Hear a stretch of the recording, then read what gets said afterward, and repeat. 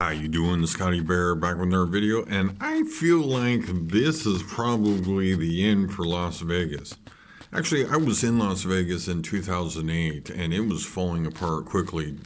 The housing crisis hit Las Vegas probably the hardest of any place in the United States, maybe other than Florida and California, which have huge thriving economies that surround them.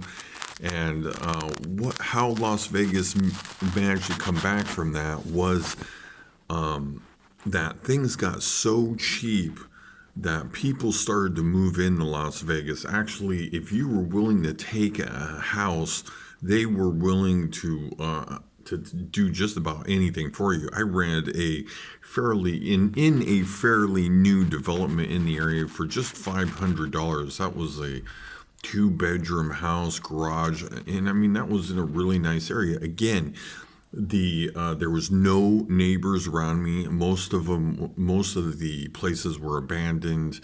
It was really bad, actually.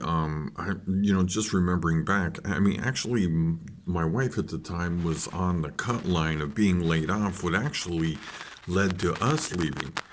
And this brings me to my point of this is probably the end of Las Vegas, is if this actually manages to linger around, this virus manages to really have the kind of staying power that I feel like it's going to have, people will be, just too gun shy to really travel, stay places. And actually, Las Vegas itself is not really that clean and sanitary of a place. I mean, it's totally clean and stuff. I don't want to give that illusion or whatever, but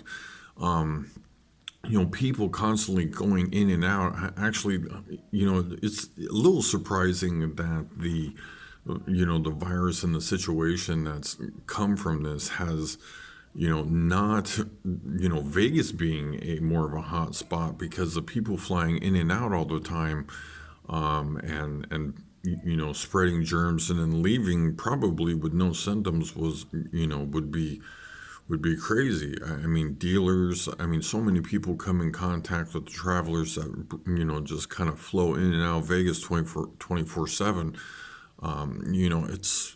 It seems like Vegas would be an extreme hotspot for this type of virus, but as this goes on, what I see happening is the casinos are closed up right now, and basically, once I think the longer the time kind of passes here, the more people just spread out because Vegas has a big weakness, and its weakness is gambling. The gambling is the only thing in Vegas. You turn off the gambling, you're just in a big desert. There's nothing really to do there.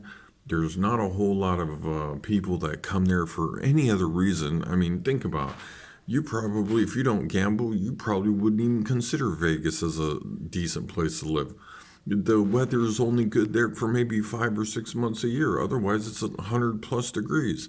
I mean, in general, Vegas isn't that wonderful of a place, and I think that is the nail in the coffin for Vegas if you can get the timeline going out far enough.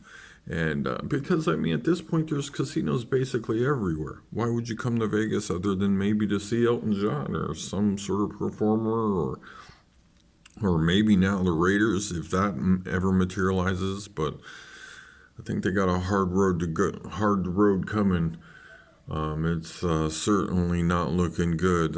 Even where I'm at, it seems like they're really doing their best to lock things down and really tighten the screws down to keep people at home. Anyway, I hope you enjoyed this video. Thanks for watching.